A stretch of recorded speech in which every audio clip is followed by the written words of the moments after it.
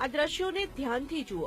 દ્રશ્યોમાં ટ્રાફિક પોલીસને જોઈને તમે સમજી તો ગયા જ હશો કે અહીં શું ચાલી રહ્યું છે।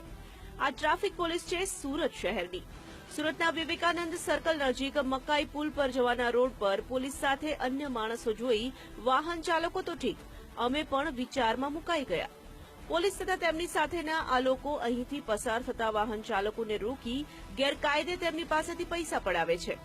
આ જુઓ, એક એક્ટિવા ચાલક સામે ટ્રાફિક પોલીસ પાવતી ફાડવાનું નાટક કરી રહી છે। થોડી વાતચીત બાદ પોલીસ રસીદનું માંડી વાળી બાજુમાં ઉભેલા ટ્રાફિક બ્રિગેડના જવાનને પૈસા આપવા કહે છે। જુઓ, આ બ્રિગેડ જવાન પણ કોઈ પણ પ્રકારની શરમ વિના પૈસા ખિસ્સામાં મૂકી દે છે। આ તો એક ઉદાહરણ છે, બાકી દિવસભર નીકળતા અનેક લોકો પાસેથી આ લોકો ખુલ્લેઆમ પૈસાની ઉઘરાણી કરે છે। હવે જુઓ કે એક ટેમ્પા ચાલકને ટ્રાફિક પોલીસ કેવી ગોળ ગોળ ફેરવી રહી છે। સૌપ્રથમ ટેમ્પાને સાઈડ બતાવીને તેને રોકવામાં આવે છે, ત્યારબાદ ટ્રાફિક પોલીસ તેની સાથે કંઈક વાતચીત કરે છે। થોડી વાતચીતને અંતે ટ્રાફિક જવાન ટેમ્પા ચાલકને એક રિક્ષા તરફ લઈ જાય છે।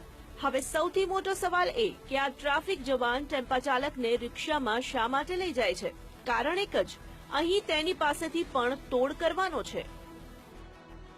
ટ્રાફિક પોલીસનું કામ છે ટ્રાફિકને સુચારુ રીતે ચલાવવાનું, પરંતુ અહીં તો સ્થિતિ ઉલટ જ છે। આ લોકોને ટ્રાફિક મેનેજ કરવામાં કોઈ રસ નથી, રસ છે તો લોકોના ખિસ્સા કાપવામાં। ચોર તો જાણ્યા બહાર ખિસ્સા કાપે, પરંતુ આ લોકો તો ખુલ્લેઆમ લોકોના ખિસ્સા કાપી રહ્યા છે। સુરતથી પ્રવીણ ચાવડા સાથે બ્યુરો રિપોર્ટ, વીટીવી ન્યૂઝ।